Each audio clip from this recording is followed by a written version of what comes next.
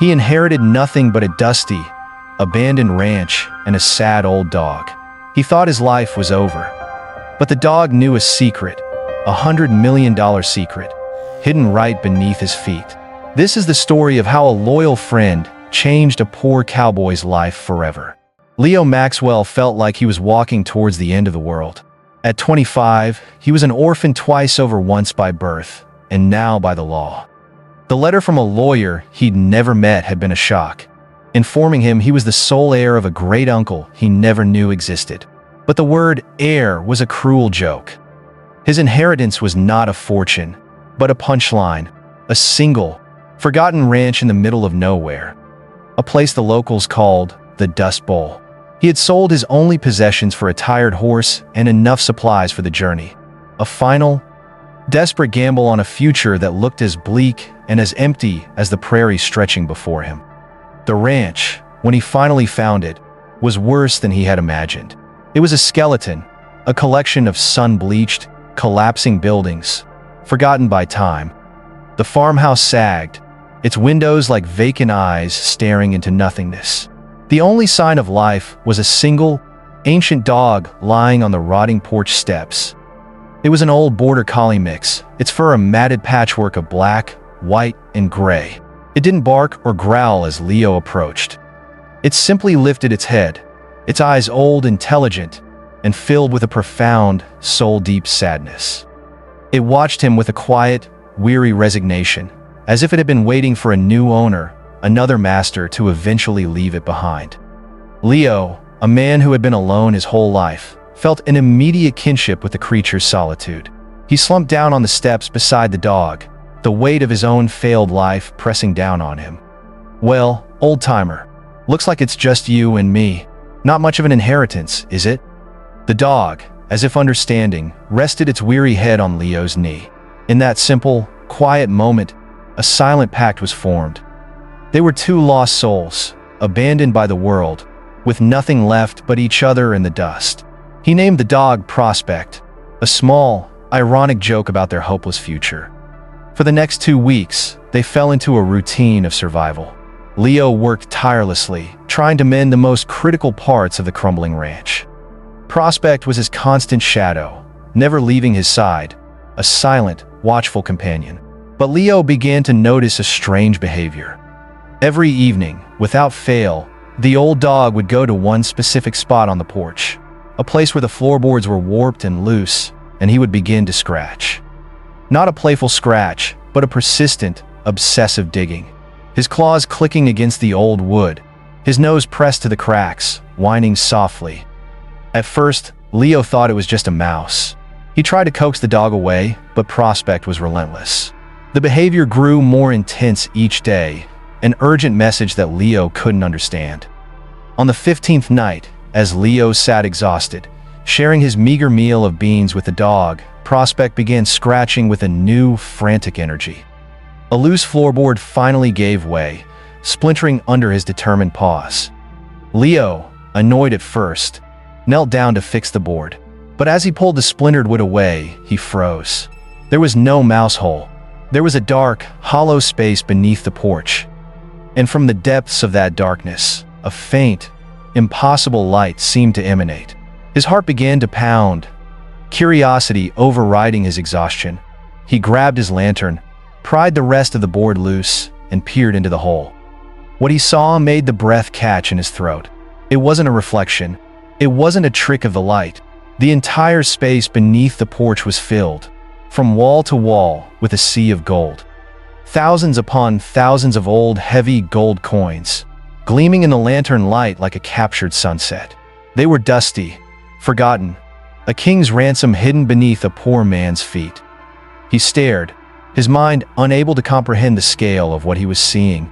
Prospect, his tail now wagging gently, looked from the gold to his new master, as if to say, "See? I told you there was something here." The sad old dog on the dusty, abandoned ranch had just revealed his $100 million secret. The night of the discovery was a sleepless one.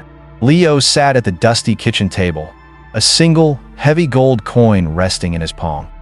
The rest of the treasure lay hidden again beneath the floorboards, a secret so immense it felt like a living, breathing creature in the small house. He was not filled with elation, but with a profound, paralyzing fear. He, a man who had never owned more than a few dollars at a time, was now the guardian of a fortune that could buy the entire territory. He was overwhelmed, adrift on a sea of impossible questions. Where did it come from? Why did his uncle hide it? And the most terrifying question of all, who else knew it was here? The gold was not a blessing. It was a burden, a dangerous secret that isolated him even more than his poverty had. His only confidant was the old dog, Prospect, who lay sleeping at his feet, seemingly unconcerned with the life-altering treasure he had unearthed. Leo knew he couldn't stay hidden on the ranch forever. He needed answers, and for that, he needed to go to town. His plan was simple and cautious. He would take just one coin, treat it as if he had found it by chance while panning in the creek, and try to gauge its value and authenticity without raising suspicion. He hid the rest of the coin in a leather pouch, tucked deep inside his saddlebag, and rode into the nearby town of Redemption. The town's heart was Thorne's General Store, a place that sold everything from flour and bullets to news and gossip. Behind the counter stood not the stern Mr. Thorne, but his daughter, Clara. She was a woman in her mid-20s, with intelligent, curious eyes and a warm, disarming smile. She was known for her sharp wit and a fascination with the history of the local area, a stark contrast to her purely business-minded father. She had seen Leo in town before, the quiet, broke cowboy who had inherited the ghost ranch, and she was intrigued by him. Leo, awkward and unused to conversation, approached the counter.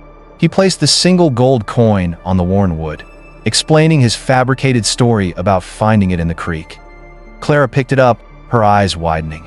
It was heavy, far heavier than a normal dollar.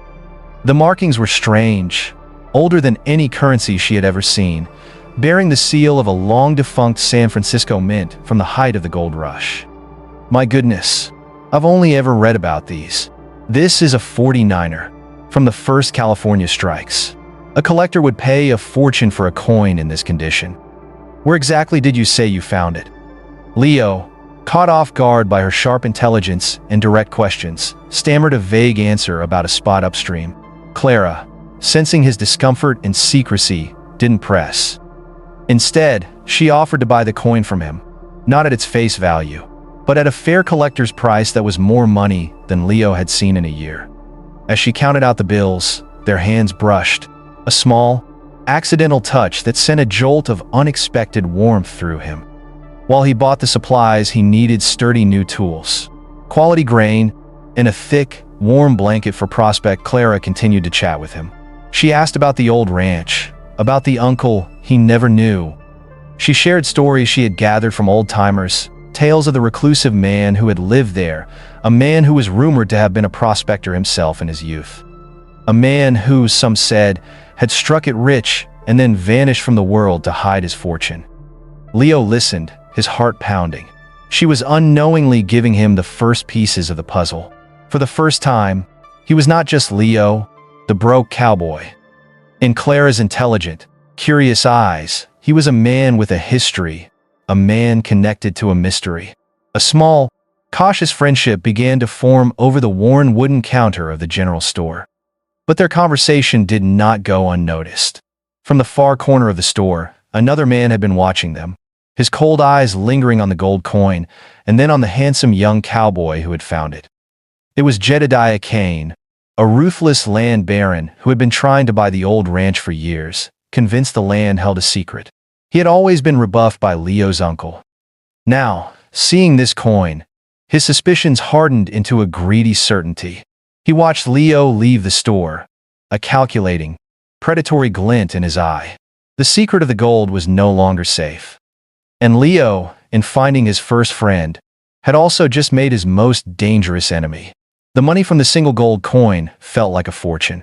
For the first time, Leo could buy the things the ranch desperately needed.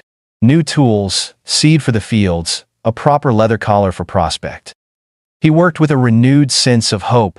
The weight of his poverty lessened, if only for a moment. His visits to town became more frequent, not just for supplies, but for the quiet, intelligent conversations he now shared with Clara. Their friendship was a small, warm light in his otherwise solitary world. He was careful, never speaking of the treasure, but Clara's knowledge of local history was a constant source of clues, helping him piece together the puzzle of his uncle's past. But he was not the only one piecing things together. From his own sprawling ranch on the other side of the valley, Jedediah Kane had been watching. He had seen the new supplies, the renewed activity at the ghost ranch, and his greedy heart, fueled by the sight of that single gold coin, knew that something had changed. The time for waiting was over. Kane paid his friendly visit on a hot, windless afternoon. He rode up to the ranch not alone, but with two of his large, thuggish ranch hands, a clear and calculated display of intimidation. Leo, who was reinforcing the porch steps, stood up as they approached, Prospect rising silently beside him, a low growl rumbling deep in his chest. Kane dismounted, his smile wide and false, his eyes cold and assessing as they swept over the dilapidated property. He spoke of the harshness of the land, the impossibility of a lone man making a living here. He spoke of Leo's late uncle, calling him an eccentric old fool who had wasted his life on a worthless patch of dirt. It was a speech designed to demoralize, to make Leo feel small and hopeless. Then came the offer. He offered to take the burden of the ranch off Leo's hands for a pittance, a few $100s, enough for a man to buy a horse and a ticket to somewhere else, somewhere easier. He framed it as an act of neighborly kindness, a veteran rancher helping out a naive young man. Leo listened in silence, his hand resting on Prospect's head to calm him. The offer was insulting, but a part of him, the part that was still overwhelmed by the dangerous secret beneath the floorboards, was tempted.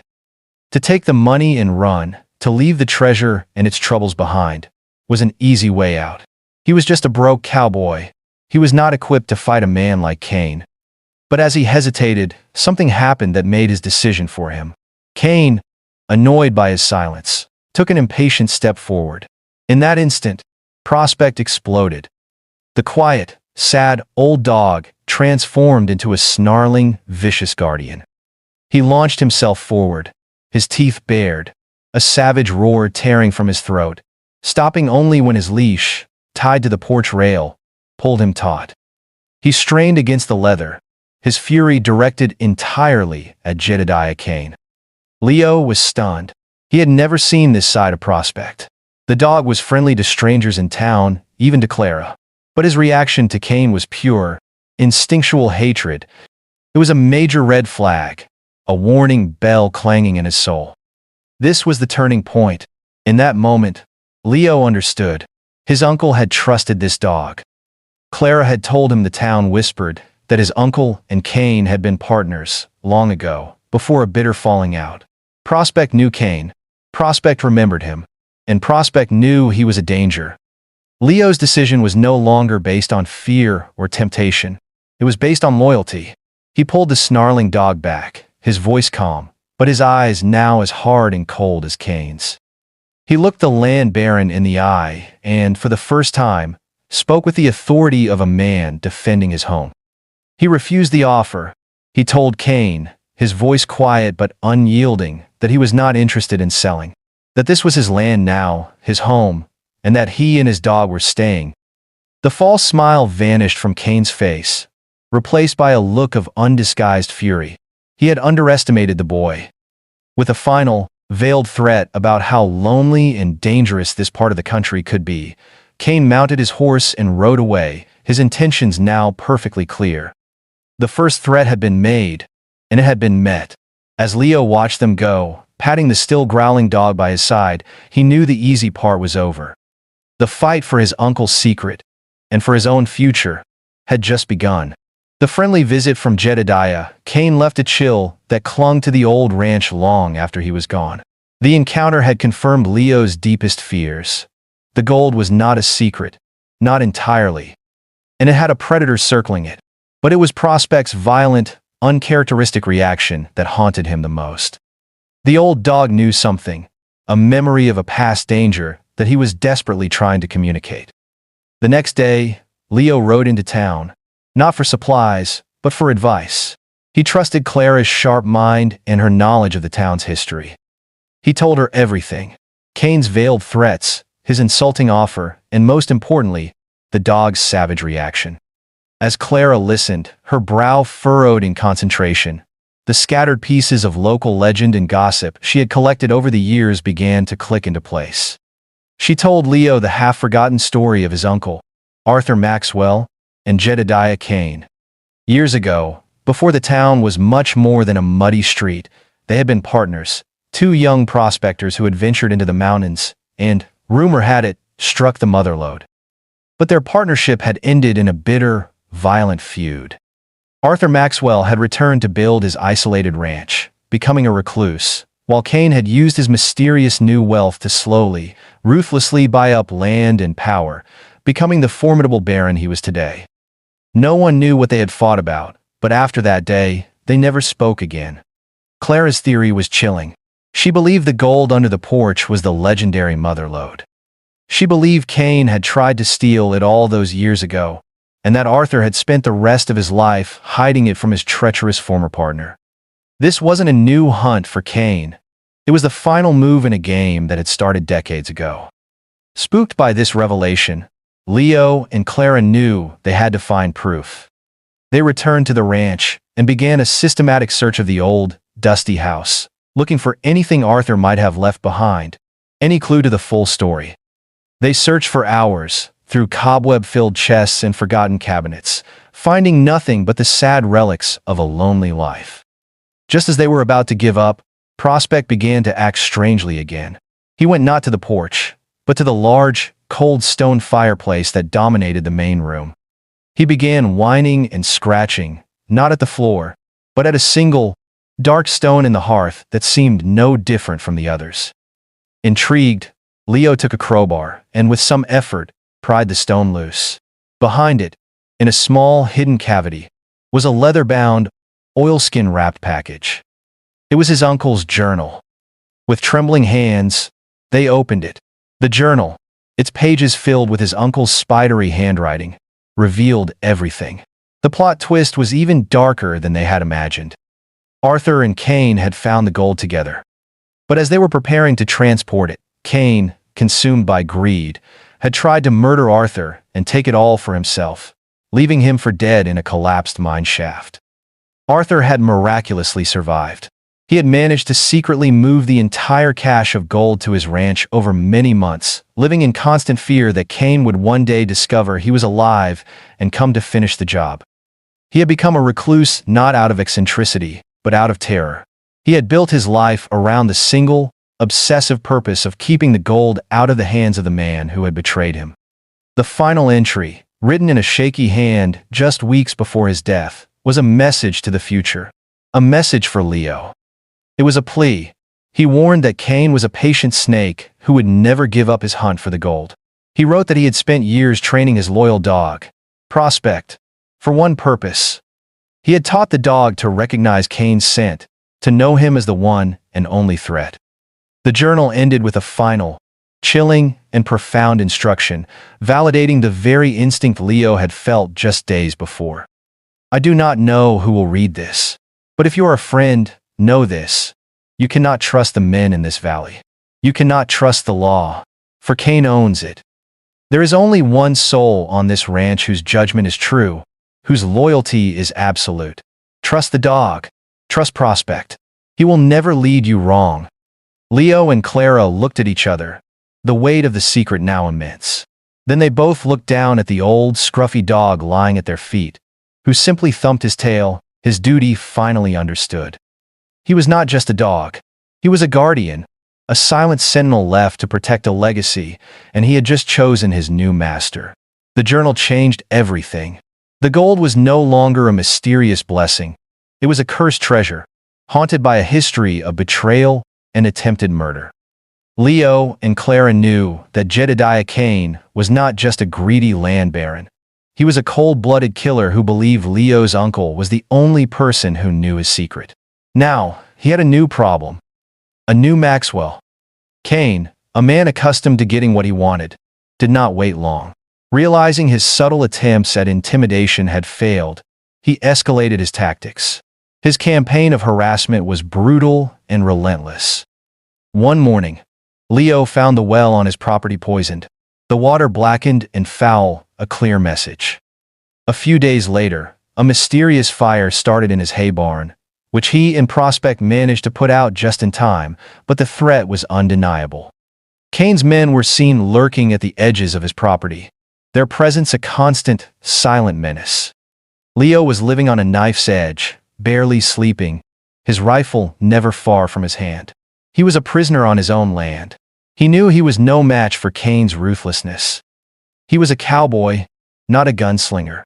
He could not protect the gold, the ranch, and his own life alone. The immense weight of the secret, once a source of hope, was now threatening to crush him.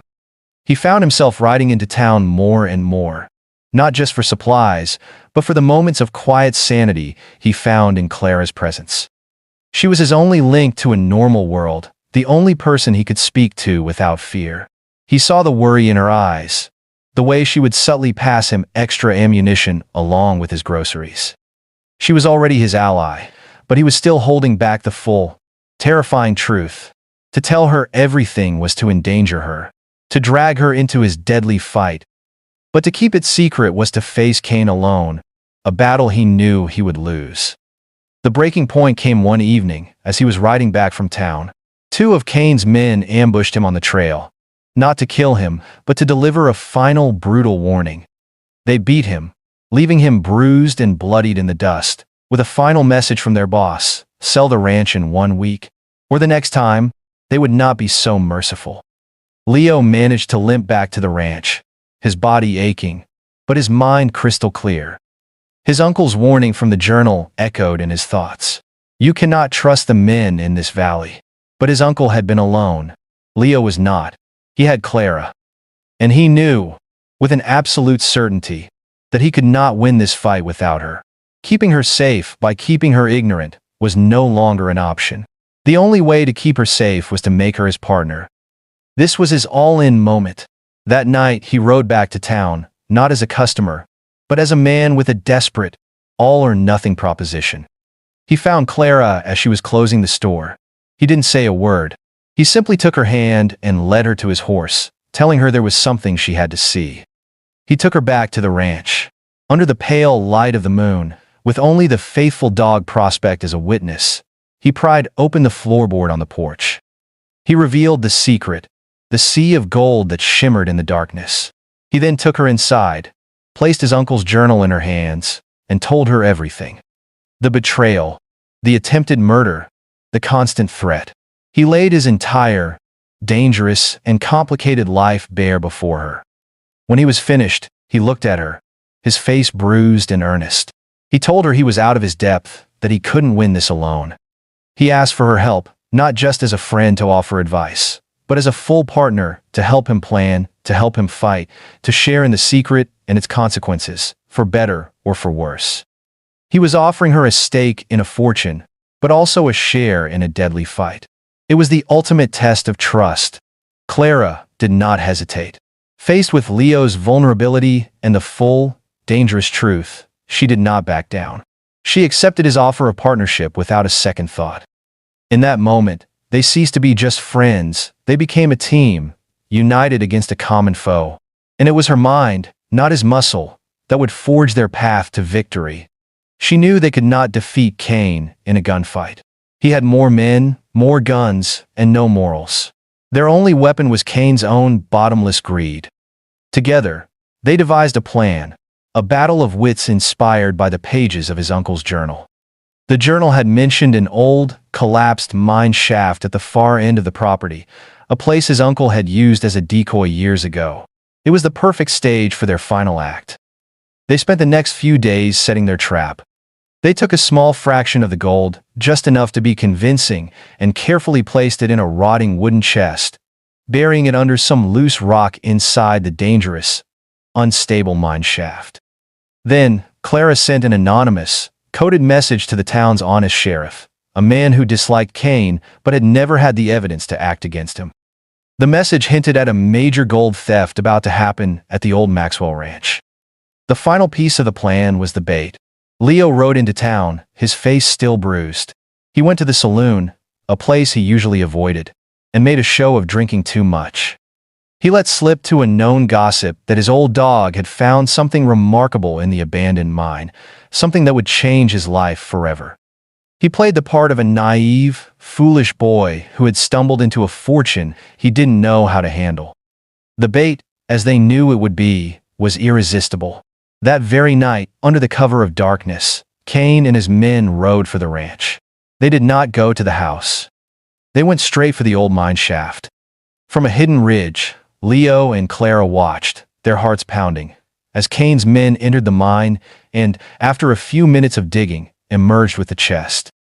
Cain's triumphant, greedy laughter echoed in the quiet night air. He believed he had won, that he had finally stolen the treasure that had eluded him for decades.